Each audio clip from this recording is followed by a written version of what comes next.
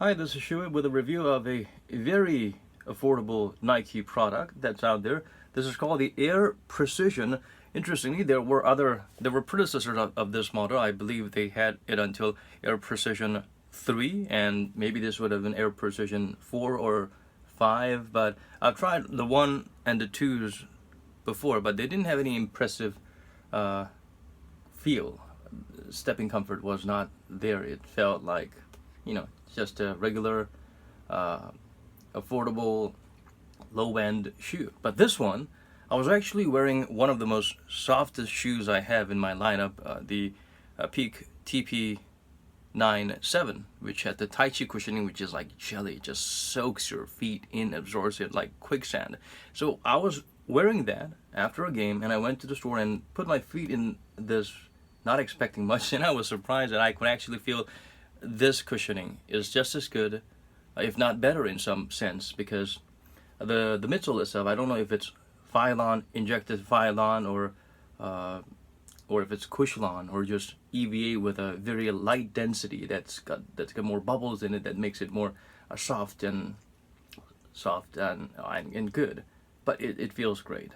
It's better than the Zoom Freak ones where the forefoot you don't feel much, and better than the Kyrie 4s, which you don't feel much in the forefoot. And even some of the Boost models out there of the Adidas line, they don't, even if you have a full length Boost, you don't feel much on the forefoot like the Harden 3s. And this one you can actually feel it, even if you remove the insole, which is pretty thick. You can actually still feel the compression and the bounce on this forefoot area. The heel itself, it's thicker than the forefoot, so it's really got considerable cushioning, and it's very soft to the touch. So you will feel a nice little ride transition as you have a heel strike, and heel to transition is great. At the same time, they have a tiny little, uh, hexagonal air sole there. It's like tiny coin-sized air sole there. So that's right at the bottom of your feet, and it blends perfectly with the midsole and the 90s and early 2000 type of EVA type of insole. Not ortholite, but EVA type of insole is great. It complements the cushioning overall great. So the chemistry, it's great harmony altogether. So yeah. And I love the fabric they use on top of the insole as well. These are the types that provides a bit of grip and carpet-like comfort for your feet. You can feel it on your pressure points, whether it's on your toes or the ball of your foot, and it compresses and molds to the size of to the shape of your feet.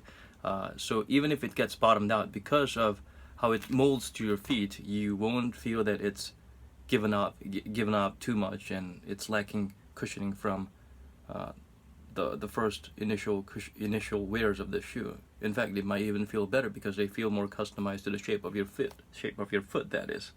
But still, if you want some additional cushioning, if you feel this is not enough, you can get these type of thick polyurethane or PU insoles. You can find other brands. For me, I like the ones that came in previous older Adidas models. You can find them in stores or your other different shoes where you had this type of PU insoles or other thicker insoles. You could try that in here, and it'll be great. It complements the cushioning greatly. It reminds me of the shoe I used to love, like the Zoom, not the Zoom. It's called the Nike Air Thrill Flights. It was a takedown model of the Nike Flight 95, or back then it was just called the Nike Zoom Flight, and it was a much cheaper looking version of this, but it had a way better cushioning, even if it didn't have anything on the forefoot, just like this tiny coin-sized air sole in the heel, and softer foam in the midsole. So yeah, these are the setups I would love to see more of from Nike, and this is a very cheap budget model. It cost about give or take about $50. So yeah, it's extremely affordable. The air sole, I wish they could have used that on the forefoot, like this part, like they have for the Kobe 5s or 6. That would make a world of difference. And even if you don't have that, you still feel adequate cushioning, better than some of the recent models that touts some of the greatest design and technological minds of Nike, which sort of don't really provide much despite the amazing tech specs. There is no outrigger, but it's the base is wide enough, and it's it's not it's low to the ground enough. The midsole provides adequate cushion, but it's low to the ground enough to prevent you from feeling any kind of instability or lead you to some ankle rolling. The padding is great.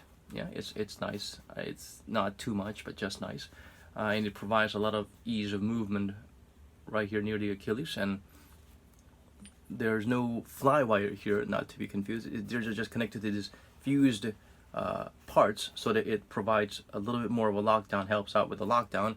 As you can see, it's just the neoprene like upper material covered with this mesh or net like material, so it's very breathable and light. But they of course did some fuse coating for high abrasion areas, so that is a nice little touch. It weighs it's really lightweight. It weighs only about if I recall correctly, about 340 grams, so that's really lightweight. Lighter than the Air Jordan 34s, which touts as the lightest Air Jordans ever. So yeah, the outsole pattern is great. It's got a dual pattern, so if this wears out, you can expect a little bit more extra pattern to provide you with some durability. Some of the people that I know that worn this actually tried this outdoors. They play daily for at least for like 4 months, and this could actually still last the test of grit and grind of outdoors court. So if you play it indoors, you can expect an even more durable experience with this shoe.